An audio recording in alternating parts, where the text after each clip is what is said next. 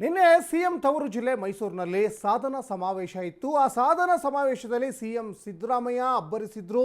ಆದರೆ ಡಿ.ಕೆ. ಶಿವಕುಮಾರ್ ಯಾಕೋ ಸೈಲೆಂಟ್ ಆಗಿದ್ರು. ಮುಜುಗರ ಆದಂಥ ರೀತಿಯಲ್ಲಿ ಸಭೆಯಲ್ಲೇ ಅರ್ಧಕ್ಕೆ ಎದ್ದು ಬಂದರು.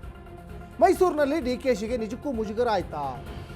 ಸಿಎಂ ಹೇಳಿಕೆ ಒಂದು ಕಡೆ, ಸಿಎಂ ಸಿದ್ದರಾಮಯ್ಯ ಅಹಂಕಾರ ಮೆರೆದಿರೋದೇ ಸಾಧನೆನ. ಹಾಗಾದ್ರೆ ಬೆಂಗಳೂರಿನಲ್ಲಿ ಬಿಜೆಪಿ ಶಾಸಕ ಅದನ್ನೇ ಹೇಳ್ತಾ ಇದ್ದಾರೆ. ಮಾಜಿ ಡಿ.ಸಿ.ಎಂ ಅಶ್ವಥ್ ನಾರಾಯಣ್, ಸಿಎಂ ಎಲ್ಲದರಲ್ಲೂ ಕೂಡ ವರ್ಸ್ಟ್, ನಡವಳಿಕೆಯಲ್ಲೂ ಕೂಡ ವರ್ಸ್ಟ್, ಅವಮಾನ ಅಂತ ಅನಿಸಿದ್ರು ಅದಕ್ಕೆ ಪ್ರತಿಕ್ರಿಯೆ ಕೊಡ್ತಾರೆ. ಸಿದ್ದರಾಮಯ್ಯ ನಡವಳಿಕೆಯಲ್ಲಿ ಅಹಂಕಾರ ಕಾಣಿಸ್ತಾ ಇದೆ, ಇದು ಬಿಜೆಪಿಯವರು ಹೇಳ್ತಾ ಇರುವಂಥದ್ದು.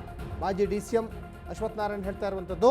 2 ವರ್ಷದ ಸಾಧನಾ ಸಮಾವೇಶದಲ್ಲಿ ಏನು ಮಾಡಿದ್ರು?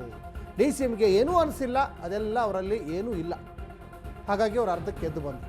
ಕಾಂಗ್ರೆಸ್ ನಾಯಕರಿಗೆ ಅಧಿಕಾರ ಹಾಗೂ ದುಡ್ಡಿದ್ರೆ ಸಾಕು, ಇದು ಬಿಜೆಪಿಯವರು ಮಾಡ್ತಾ ಇರುವಂತಹ ಆರೋಪ. ಬಹಿರಂಗವಾಗಿ ಎಷ್ಟು ಎದ್ದು ಕಾಣುತ್ತೆ.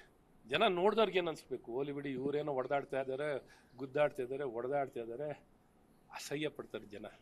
ಕರ್ನಾಟಕ ಜನ ಅಸಹ್ಯ ಪಡ್ತಾರೆ. ಎಂಥವ್ರಪ್ಪ ಮುಖ್ಯಮಂತ್ರಿ, ಎಂಥವ್ರಯ್ಯ ಮುಖ್ಯಮಂತ್ರಿ, ಎಂಥವ್ರಯ್ಯ ಮಂತ್ರಿಗಳು, ಯಾವುದಯ್ಯ ಇದು ಕಾಂಗ್ರೆಸ್ ಪಕ್ಷ, ಏನೆಯ ಇವ್ರ ನಡವಳಿಕೆಗಳು, ಏನಾರ ಗೌರವಾನ್ವಿತವಾಗಿ ನಮ್ಮ ನಾಯಕರು, ನಮ್ಮ ಈ ಸರ್ಕಾರ ಅನ್ನೋಂಥದಕ್ಕೆ ನಾಚಿಕೆ ಪಡುವಂಥ ರೀತಿಯಲ್ಲಿ ಇವ್ರ ನಡವಳಿಕೆಗಳು ಎದ್ದು ಕಾಣುತ್ತೆ. ಅಹಂಕಾರ ಎದ್ದು ಕಾಣ್ತಿದೆ ಪ್ರತಿಯೊಬ್ಬರಲ್ಲೂ. ಆ ಉಪಮುಖ್ಯಮಂತ್ರಿ, ಮುಖ್ಯಮಂತ್ರಿ, ಅವ್ರ ಸಚಿವ ಸಂಪುಟದ ಅಹಂಕಾರಗಳು, ಅವ್ರ ನಡವಳಿಕೆಗಳು ನೀವು ನೋಡ್ಬಿಟ್ರೆ ಆಶ್ಚರ್ಯ ಆಗುತ್ತೆ. ಇವತ್ತು ಅದನ್ನು ನೋಡ್ಬೋದು, ಯಾವ ರೀತಿ ಇದೆಲ್ಲ ಆಡೋಂಥ ಮಾತುಗಳ ಒಂದು ವೇದಿಕೆಯಲ್ಲಿ ಸಾರ್ವಜನಿಕವಾಗಿ ಬಹಿರಂಗವಾಗಿ ಹೇಳೋಂಥ ಮಾತುಗಳ.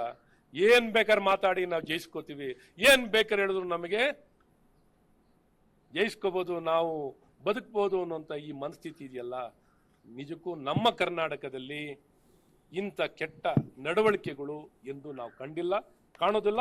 ಎಷ್ಟೇ ಅಗತನ ಇರಲಿ, ಎಷ್ಟೇ ದ್ವೇಷ ಇರಲಿ, ಎಷ್ಟೇ ವ್ಯತ್ಯಾಸಗಳಿದ್ರು ಈ ರೀತಿ ನಡವಳಿಕೆಗಳು ಎಲ್ಲೂ ಕಾಣಲಿಕ್ಕೆ